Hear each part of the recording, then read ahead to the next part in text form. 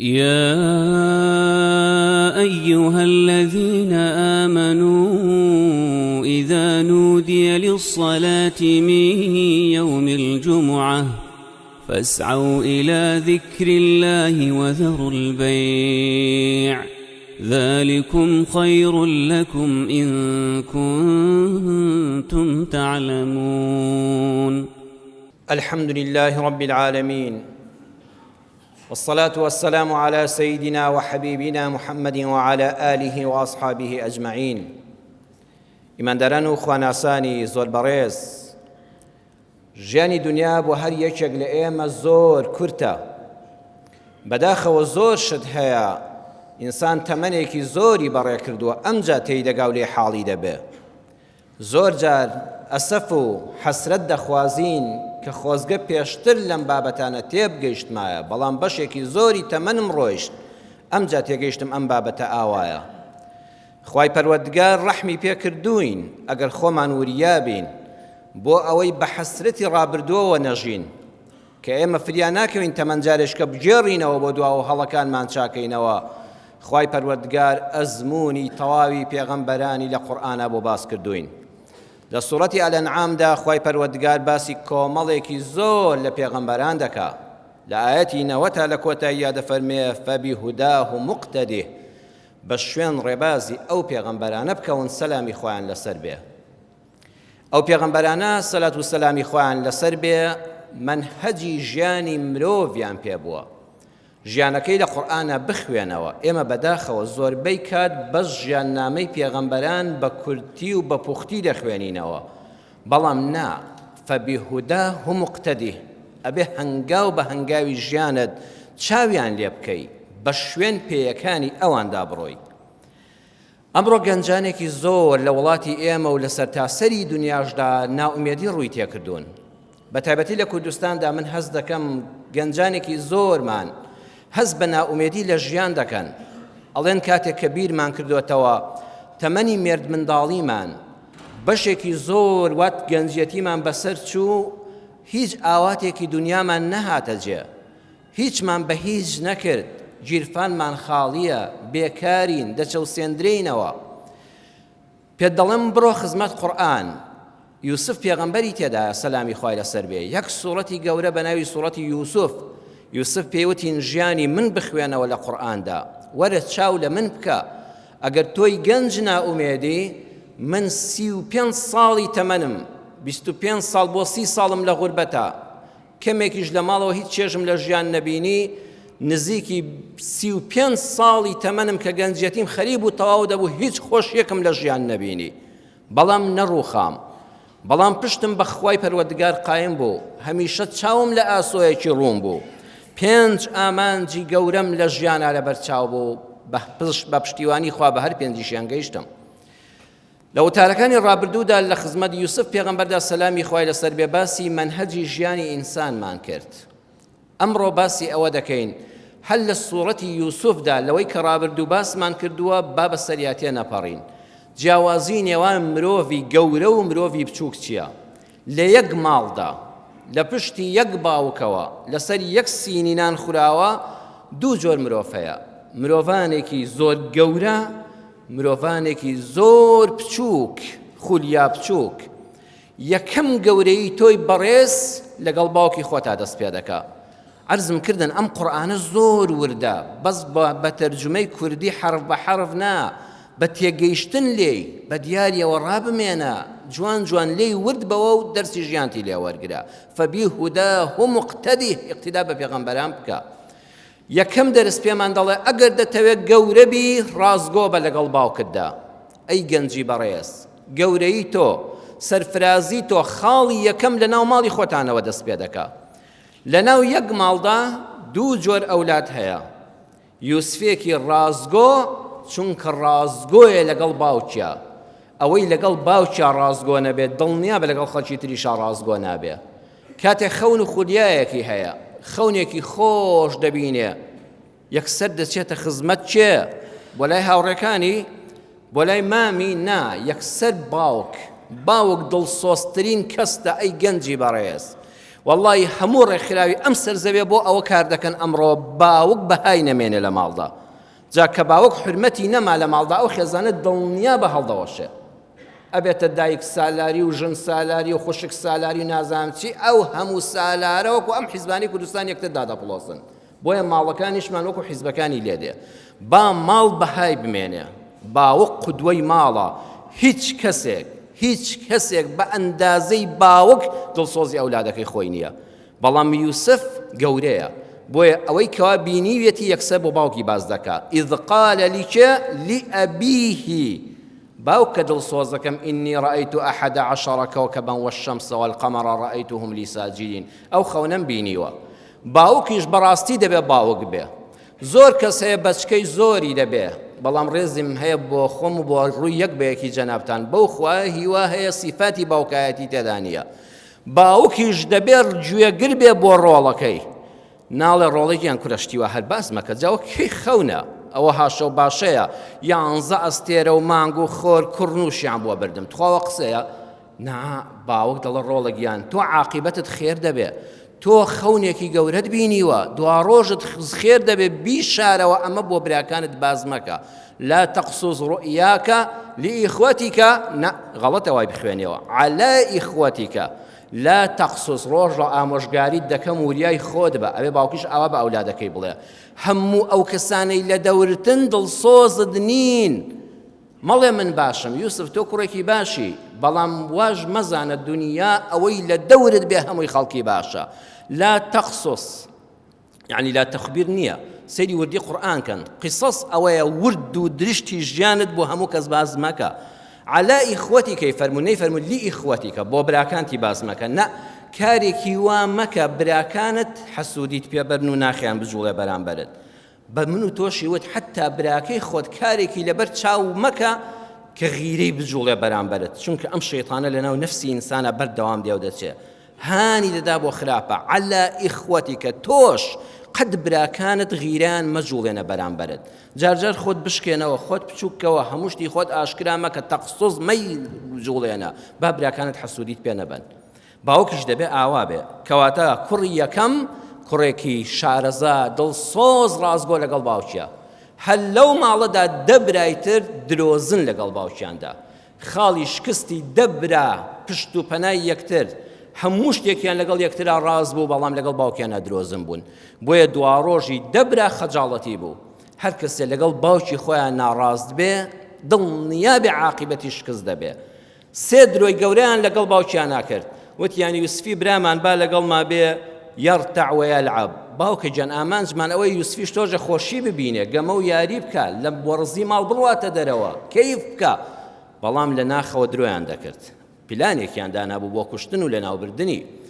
دووەمیشیان وەجاءوا ئەباهم عیشاء یەبکون، پیلانەکەیان سەرلەبانی داڕشتە بوو، بەڵام دوای نوێژی عیشا بە شەو گەڕانەوە، بۆ ئەوەی ئەگەر چاویان هەڵگڵۆفی شەوەوە کارەبای ئێستاژ نەبوو فتیلە و چرایەکی کس هەیە، باوکیان ڕوخساریان باش نەبینێ و فرمێسکە درۆکانیان پشارنەوە. لەوێش درۆیان لەگەڵ باوکیان کرد، بە درۆ دەگریان، فرمێسکی تیمساحیان کورد دەڵێ هەڵدەڕشت. سێمیان وەجاءوا على قەمیسه بدەم کەذب، درۆیان بەدەم گورگیشەوە کرد، وتیان باوکە ئەوە خوێنی یوسفە، مەڕێکیان سەر بڕی بوو خواردبوویان گۆشتەکەی خوێنەکان لە کراسەکەی یوسف هەڵسوو بوو. سێ درۆیان لەگەڵ باوکیان کرد.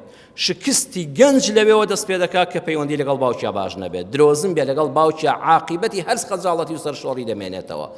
دەرسی یەکەم بۆ ئەوەی لە ژیانە ناومێد نەبی گەنجی بەڕێز پەیوەندی لەگەڵ باوکتا بەهێزکە. ئەی باوک تۆش فعلەن وەکو یعقوب باوک بە، دڵسۆز بە. پێوتین ئەزیزەکانم شادمان مەبە بە چەندین کوڕ، شادمان بە چ کوڕێکت هەیە. یوسف تەنها یەک کوڕە، بەڵام بەڕاستی ڕەمزی جوانیە بۆ باوکی، جێی شانازیە، هەموو قورئان شانازی یوسف دەخوێنێتەوە. بەڵام دەبرا چەندینن، دەبرای بێنرخی لالوتی نالەبار. بەردەوام ئەگەر ئەولادت هەبوو مەڵە فڵان کەس یەک کوڕی هەیە و فڵان کەس 10 کوڕی هەیە، بڵێ یا ڕەبی خۆی ئەولادم ساڵح بێ. 10 ئەولاد هیچیان تیا بەستە نییە، 10 کوڕ مایی نەبوونین، بەڵام یەک کوڕ جێگەی شانازیتە. بۆیە چەندین شەر نییە، چەند شەرتە، چۆن شەرتە گرنگە. دەرسی دووەم پێیوتین هەڵوێستت بەرامبەر بە نەیار دەری دەخات تۆ چەند گەورە و یان بچووکی. جارێ هەتاوەکو نەیارت نەبێ نیشانەی ئەوە تۆ گەورەنی، هەتا منافیست بۆ دروست نەبێ نیشانەی ئەوە تۆ بوونن نییە. کە منافیسەکان دەمیان لێکردیەوە نیشانەی ئەوە تۆ لە لوتکەدای، تۆ گەورەی، ناحەزەکان پێیان قبوڵ ناکرێت. لە کاتی دروستبوونی نەیاردا گەورەی مرۆڤ دەردەکەوێت، گەورەی یان بچووکی. بەڕێزان، ئەگەر دەڵێ من ناحەزم هەیە، هیچ کەس ناحەزەکانی بەقەدەری یوسف نامەرد نەبوون. یەکەم صیفاتیان ئەوە بوو کەسانی بەرژەوەندی خواز بوون، کەسانی مەسلحەت چی بوون؟ براکانی خۆی واتە خەڵکانی تریش لەگەڵ تۆدا کەسانێک بوون مەسلحەتیان چۆن بڕۆیشتایە ئاوا قسەیان دەکرد. ئەمە لەکوێ قورئاندا عەرزم کردن بە وردی قورئان بخوێننەوە. کاکە قورئان هەر تەجویدەکەی نییە، قورئان هەر دەنگخۆشیەکەی نییە، قورئان ماناکەیەتی تێیا بگەڕە دەرز ببینەوە. لە سوورەتی یوسفە لەکوێدا ئەمە هەیە؟ سەیری سوورەتی یوسف ئایەتی 63 براکانی دوای ئەوەی لە میسر دەگەڕێنەوە، یوسف دایان ناسێتەوە خۆی ئاشکرا ناکە، بۆی دەردەکەوێت بنیامینی براشی ماوە کە لە دایکی خۆیەتی، ئەڵێ بارەکانیان بۆ پڕکەن لە گەنمی باش، گەنمی ناوازە و باراشی باش، پارەکانیشیان بۆ بخەنەوە ناو بارەکانەوە با تەماح بیان گرێبێنەوە. بەڵام پێیان دەڵێ ئەی دەبراکە بەو مەرجە جاری دووەم کە هاتنەوە گەنمی باشتان دەدەمێ، پیان ناڵە پارەکەشم لە ناو بارەکانتان داناوەتەوە بۆی تەماح بیان گرێ، بەو مەرجەی ڕازگۆیی خۆتان بسەلمێنن کە برابچووکەکەشتان لەگەڵ خۆتان بێنن. ئێوە ناڵم برایەکی ترمان هێڵان بەڵێ دەبراکەشتان بێنن، ئێوە بە بنیامینی خۆی برای شاد بێتەوە. ئەو برایانە کە دەچنەوە پارەکە دەبیننەوە دڵیان زۆر خۆشە، ئێستا مەسلحەتیان زۆر باش دەڕوە، گەنمێکی باشیان وەرگرتووە، پارەکانیشیان وەرگرتووەتەوە، هیچیان پێ نەداوە، یەک بەرژەوەندیان هەیە. ئەگەر بنیامینیان لەگەڵا بێ ئەم جارش بە تێر و تەسەلی دەگەڕێنەوە، لەوانەیە پاشا خەڵاتی تریان بکە ڕازگۆییان بسەلمێ. بۆیە دەچنە لای باوکیان دەڵێن فەئەرسیل مەعەنا ئەخانا، باوکە گیان ئەم برا شیرینەشمان لەگەڵا بنێرە. مەسلحەتیان وا دەڕوە، توخوا ئەخانە ئەم برا خۆشەویستەش کە بنیامینە با لەگەڵمانە بێ. بەڵام کاتێک کە بە پلانێکی ژیرانەی یوسف پێغەمبەر بنیامین بە ناوی دزیکردن لە پاشاوە دەگیرێ، دێنەوە بۆ لای باوکیان، مەسلحەت نەما. ئەنجا پێی دەڵێن ئین ابنەکە سەرەقە، بابە کوڕەکەت دز دەرچوو، کوڕەکەت ئیبنەکە. سەیری وردی قورئانکەن، ناڵم برامانە، برامی تا مەسلحەتم لەگەڵ تا هەیە. پێشدا دەیانگوت ئەخانە، مادام بەهۆی تۆ باراش و پارەم دەستکەوێ بەخوا برایەکی شیرنمی، چاوەکەم ڕوحەکەم، ئەها مەسلحەت. ئەگەر کابرا گیرا تۆمەتی بۆ دروست کرا، ئەم جەڵە ئیبنەکە بابە بەخوا هیچی ئێمەنێ، کوڕەکەی خۆت دز دەرچوو لەسەر دزی گیراوە. چ نالەباریەکە، چ ئازارێکە. تۆش زۆر جار ئەوە لەگەڵا دەکرێت مەڕوخێ ژیانی یوسف بخوێنەوە. دووەمیان هیچ ڕقێک نەبووە لە ژیانە بە ئەندازەی ڕقی براکانی یوسف لە یوسف هەبوو بێ. ئەڵێ چیە ڕقی لە چیە بووە؟ بە ئەندازەی ڕقی براکانی یوسف بەهێز نەبووە. بەڵگەت چییە؟ لە قورئاندا بیخوێننەوە. ئینسان کاتێک غەدرێک لە کەسێک دەکا، بە مناڵی غەدر لە کەسێک کردووە، لێت داوە، پارەت خواردووە، دوایەوەی کە گەورە دەبی 30 ساڵ تەمەنت دەڕواتە پێشەوە، بیر دەکەیتەوە دەڵێی خۆزگە فڵان کەسم ببینایە گەرنی خۆم پێ ئازا کردایە. کاکە عەقڵی هەرزەکاری بوو، عەقڵی مناڵی بوو، نەمزانی خوام وەکو پێویست نەدەناسی، خۆزگە ئێستا فڵان کەسم ببینایە گەردنم خۆم پێ ئازا کردایە. براکانی یوسف دوای نزیکی 30 ساڵ یوسف دەبیننەوە، بەڵام نازانن ئەوە یوسفی برایانە. کاتێک کە شکوا دەکەن بنیامین بە دزیەوە گیراوە، سەیری ئەم دیێڕە قورئانیەکەن، ئەڵێن ئین یەسرق فەقەد سەرەق ئەخ له من قبل. جەنابی پاشا هیچ جێگەی سەرسوڕمان نییە. ئەگەر ئەم بنیامینە عیارەکەی جەنابت لە ناو بارەکەیدا گیراوە، ئەوە برای ئێمە نییە، ئەوە لە دایکی ئێمە نییە، ئەوە برایەش کەشی هەبوو ناوی یوسف بوو کاتی خۆی، ئەو یوسفەش ئەوە دز بوو. سبحان الله، 30 ساڵە هێشتا هەر دڵیان دەکوڵێ یوسف 30 ساڵە دیار نەماوە. ئەبوایە لە ماوەی ئەو 30 ساڵەدا فرمێسکیان بڕشتایە، بیان کوتای خۆزگە براکەمان ببینایەوە، ئای کاتی خۆی چیمان بەسەر کرد، بەس هێشتا گڕی ناو ناخیان دایسێ بەرامبەری. ڕقەکە پێڵەن فقط سرق أخ له من قبل، أو برايش كي هبو ناوي يوسف أوش أو دزبو أم دوانت براي يكن أخا له أو براي إيمانين هيك يام بيونديان بإيمانية. سبحان الله، لتفسير هذا فرمي يوسف لباوكي دابر ردرا لدايكي دابر يندرا خلايا بني بيروا توشي غربت كرا توشي خدمت كاري كرا بنا حق فروشرا وكرا بكويلا خلايا زندان وبقدر أخسي تأسيل دلينا كركوتيان دزي هیچ گوناهێک بەقەدەر بوختان گەورە نییە. یوسف لەو کاتەدا تەواو ڕەنگی تێک چوو، بەڵام زمانی خۆی گەست خەریب و هاوار کە بە سەریانە هەیدنا لە بارینە من دز بووم لەگەڵ براکەمە ئەوە براکەی من دزە یان پلانێک بوو بۆی بیجێڕمەوە دەفەرمێ سبحان الله یەکسەر یوسف لەم تاڵی بوختانەدا پاڵەوانەوەیە کە بوختانت بۆ کرا خێرا پەرچەکرددارن نەبێ ئامانجی هەیە من ئامانجم هەیە ئامانجەکە فەشەل لێنێ با بێدەنگ بم جارێ فأصرها يوسف في نفسه ئەو دیێڕت بەردەوام لەبەر چاوت بێ فأصرها يوسف في نفسه یوسف خەریب و ناخی بتەقێ لەگەڵ ئەودا بوختانیان بۆ کرد دوای 30 ساڵ هێشتا ڕقتان لێمە هێشتا بوختان بۆ مردوویەک دەکەن کە بە حسابی ئەوە نەماوە و لەسەر ژیان نەماوە بوختان بۆ مردوو دەکەی خەریب و بڵێ بیانگرن ئەشکەنجیان دەن ناخی خۆی خواردەوە پێمان دەڵێ مرۆڤی گەورە لە کاتێکا کە دەیەوێت قسەیەک بکات زۆر جار ڕاشکاو نییە ئێمە وا دەزانین بەخوا فڵانکە زۆر ڕاشکاوە ڕق و حەق بەرەو ڕوو دەتشکێنن نا لە ئیسلامدا پیاوی گەورە هەمیشە ڕاشکاو نییە هەمیشە بۆ ئەوەی ئامانجەکانت لێ تێک نەچێ قسەکانی ناوناخت لە هەموو کاتێکا مەڵێ هەندێکیان بێڵەوە لە ناوناخی خۆتە یوسف بەسەر نەفسی خۆی ئازاڵ بوو ڕقەکەی خۆی خواردەوە پێی وتین مرۆڤی گەورە نەیاری بێدەسەڵات ناشکێنێ ئێستا ئەوانە بێدەسەڵاتن ناشزانن ئەوە یوسف براکەی خۆیانەوە ئێستا پاشایە بە یەک فەرمان دەتوانێت بیانگرێ فەلاقەیان کات تەنانەت بیان کوژێ بەڵێ ئێشتاش بوختانم بۆ دەکەن تۆڵی ڕابردوو ئێستاتان لێ دەکەمەوە بەڵام مرۆڤی گەورەوانیە ئەمانە بێدەسەڵاتن هێشتا لێ قەوماون هێشتا برسین ئەوانە ناخیان نەخۆشە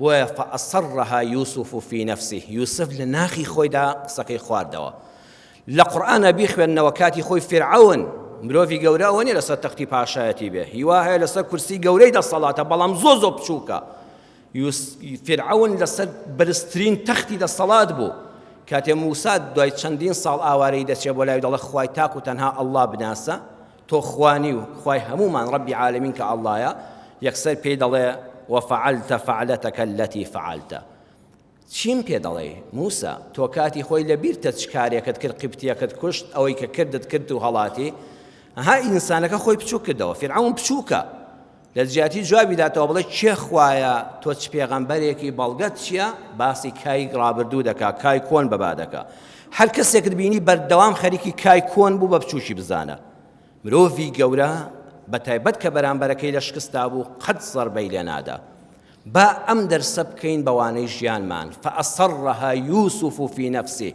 زۆر جار بەڕێزی شت ئازار دەدرێ زۆر جار هەر پلەیەکت هەبێت دڵنیا بە نەیارەکانت هێرشت بۆ دێنن گەورە بە بەردەوام هەندێشت لە ناخی خۆتا هەڵگرا دەری مەبڕە کۆتایی وتارەکەم بە ڕووداوێک دێنم کە بیرمەندی گەورەی ئێرانی وەکو تەفسیری ئەم ئاەتە باسی دەکەم دکتۆر عەلی شەریعەتی مامۆستای زانکۆ بیرمەندی گەورەی ئێرانی دکتۆر عەلی شەریعەتی لەو کتێبەدا کە بە کوردی دەرچووە تازە بە ناوی دکتۆر عەلی شەریعەتی وتەکانی ژیاننامەکەی قسەکانی بەسەرهاتەکانی کە مامۆستا حەسەن نازدار نووسیوێتی لە لاپەڕەی 126 لە لاپەڕەی 126 دکتۆر عەلی شەریعەتی باسێکی خۆی دەکا دەفەرمێت تەمەنم 7 بۆ 8 ساڵ بوو ئەو کاتە منداڵان وا پەروەردە دەکران متمانەیان بەخۆیان بێ ئەفەرمێ وەکو ئێستا نەبوو گەنجە دەچێ بۆ زانکۆ دەبێت تا دەمی زانکۆکە بیبەی لەو سەرج بە سارە بچی بە دوویە وریابی تەلەفۆنی بەوکەی بزر نەبێ مناڵێک بووم چالاک بووم مناڵێکی ورتوریا بووم دایکم ڕۆژێک